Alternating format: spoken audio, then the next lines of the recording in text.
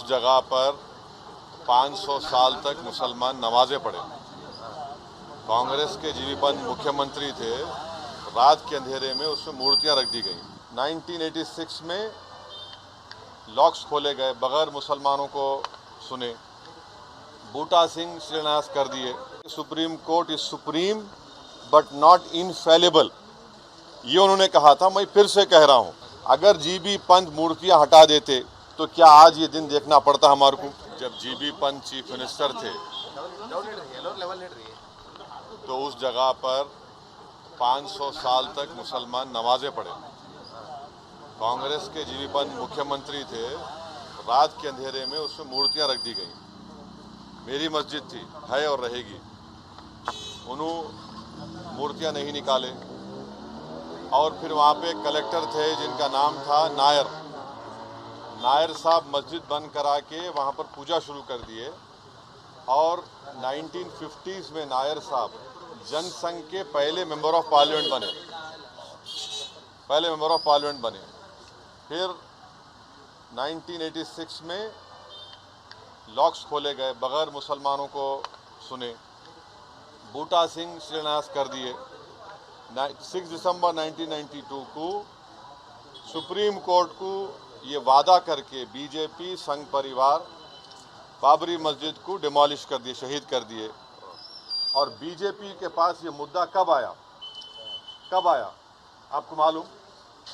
आप लोग मालूम बीजेपी कब उठाई? 1989 में पालनपुर में बीजेपी रेजोल्यूशन पास करी।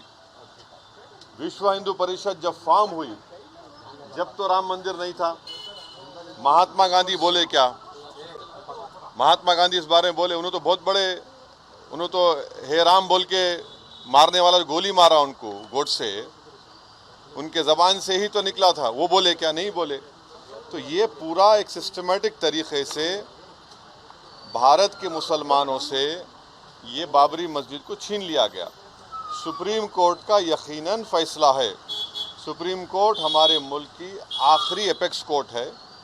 टाइटल सूट था, तो टाइटल सूट में सुप्रीम कोर्ट ने ये कह दिया कि फेथ की बुनियाद पर हम ये जगह मुसलमानों को नहीं दे सकते। सुप्रीम कोर्ट ये भी कह दिया कि वहाँ पर मंदिर को तोड़कर मस्जिद नहीं बनाई गई। ये सुप्रीम कोर्ट ने कहा उस जजमेंट में। और मैंने सुप्रीम कोर्ट के जजमेंट आने के बाद ये रिएक्शन आपको मीडिया को दिया था कि एक सुप्रीम कोर्ट के रिटायर्ड चीफ जस्टिस थे, उनका नाम जस्टिस JS वर्मा नाम था।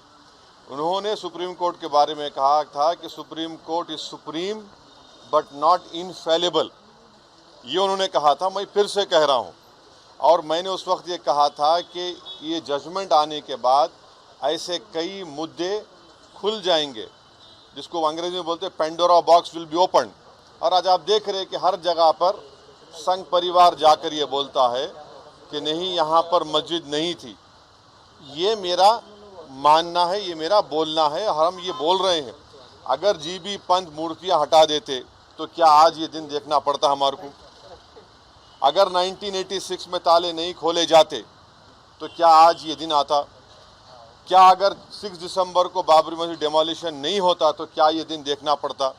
ये सवाल है हमारे, इसका जवाब कोई दे ही नहीं रहा है।